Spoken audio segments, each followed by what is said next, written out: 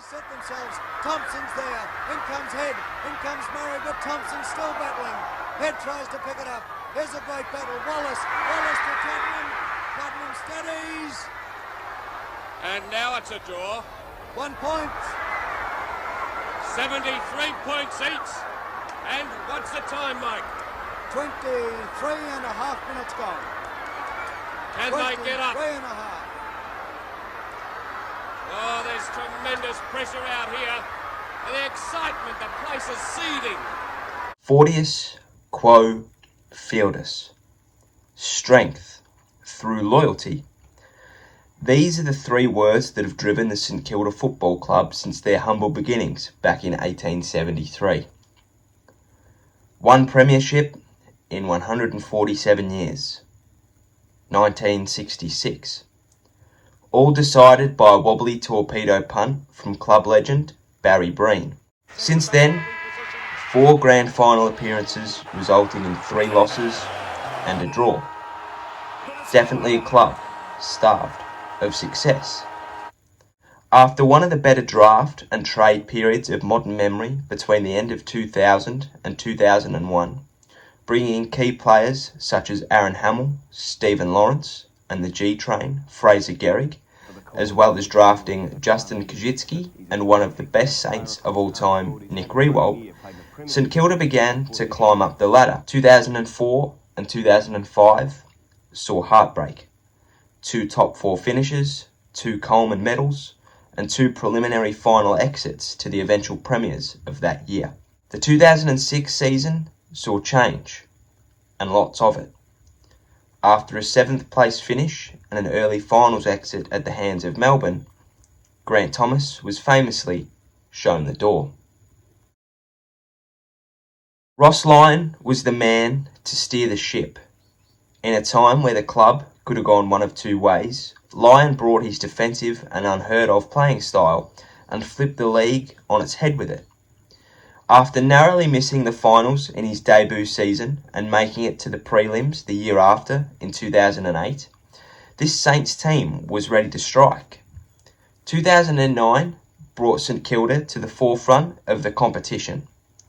16 wins in a row, minor premiers and a spot at the MCG on the last Saturday in September.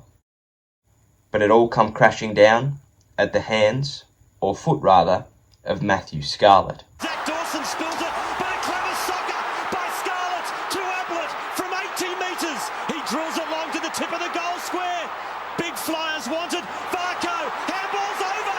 It's a snap. Ball Chapman, and Chapman's kicked the goal. The 2010 season was much of the same. A defensive style of play, a top 4 finish, and another finals berth. After edging out the Cats and dismantling the Bulldogs, St Kilda secured themselves back-to-back grand final appearances since 1965 and 1966. History did not repeat itself as the men in red, white and black played out a 68-all draw in week 1 and suffered a demoralising 56-point loss the week after. Ross Lyon then broke his contract and left for Fremantle after the 2011 season. Scott Watters came and left his mark, taking St Kilda from back-to-back grand finals to 16th on the ladder in a not too surprising rebuilding phase for the club. Alan Richardson replaced him, not to win a premiership, but to get them out of a hole. He failed. 43 wins in 126 matches, and not a thing to show for his work in his 5 years at the club. To his credit, he left the Saints with a bit to be desired. A young list, but a hungry list, with some criminally underrated draft picks during his time at the helm. Jack Billings in 2013, McCartan and Loney in 2014, Gresham in 2015, Clark, Caulfield and Patton in 2017, King and Wilkie in 2018, as well as the trades of Jake Carlisle and Jack Steele. St Kilda had a list they could build upon. And build upon they did. Brett Ratton replaced Richo and immediately showed signs of change.